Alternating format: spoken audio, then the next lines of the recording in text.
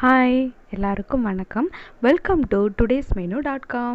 இன்றைக்கி நம்ம என்ன மெனு பார்க்க போகிறோம் அப்படின்னு பார்த்தீங்கன்னா எக் பிரெட் மசாலா. ஓகே, இது எப்படி பண்ணுறதுன்னு பார்க்கலாம் வாங்க. ஃபஸ்ட்டு ஒரு பேனில் ஒரு 2 ஸ்பூன் அளவுக்கு ஆயில் எடுத்துக்கலாம். ஆயில் நல்லா சூடானதுக்கப்புறம் ஒரு பெரிய வெங்காயம் நல்லா பட்டையாக கட் பண்ணி வச்சுருக்கேன், அதை நம்ம ஆட் பண்ணிக்கலாம். இந்த ரெசிபிக்கு வெங்காயம் இந்த மாதிரி பட்டையாக கட் பண்ணால் தான் நல்லாயிருக்கும் சாப்பிட்றதுக்கு.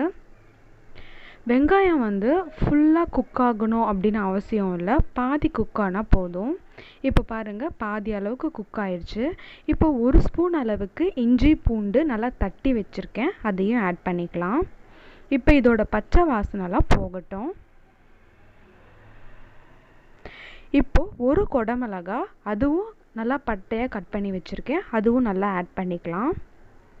அதுவும் பாதி குக் ஆனால் போதும். இப்போ இது எல்லாமே நல்லா மிக்ஸ் பண்ணிக்கலாம். இப்போ இது எல்லாமே நல்லா குக் ஆயிடுச்சு. இப்போ 2 தக்காளி பேஸ்ட் பண்ணி வச்சுருக்கேன், அதையும் நம்ம ஆட் பண்ணிக்கலாம். தக்காளி கட் பண்ணி போடுறத விட பேஸ்ட்டாக போட்டால் தான் இந்த ரெசிபிக்கு நல்லாயிருக்கும். இப்போ இந்த ரெசிபிக்கு தேவையான அளவு உப்பு நம்ம இந்த ஸ்டேஜில் ஆட் பண்ணிக்கலாம். இப்போ ஆட் பண்ணும்போது தக்காளியும் சீக்கிரமாக வதங்கிடும். இப்போ இந்த தக்காளி நல்லா சுண்டி வர வரைக்கும் வெயிட் பண்ணலாம்.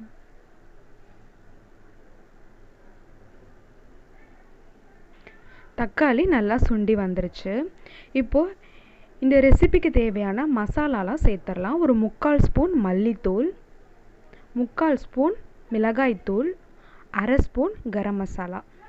இதெல்லாம் ஆட் பண்ணும்போது ஃப்ளேம் சிம்மில் வச்சுக்கோங்க, இல்லைன்னா அடி பிடிச்சிரும். இப்போ இதெல்லாம் நல்லா மிக்ஸ் பண்ணிக்கலாம்.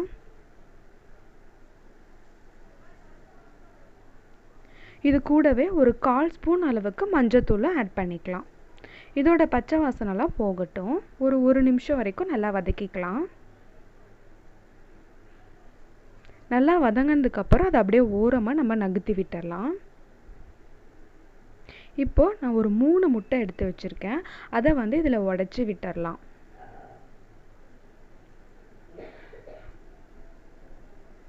இப்போ இந்த முட்டைக்கு தேவையான அளவு உப்பு, பெப்பர் ரெண்டுமே ஆட் பண்ணிக்கலாம்.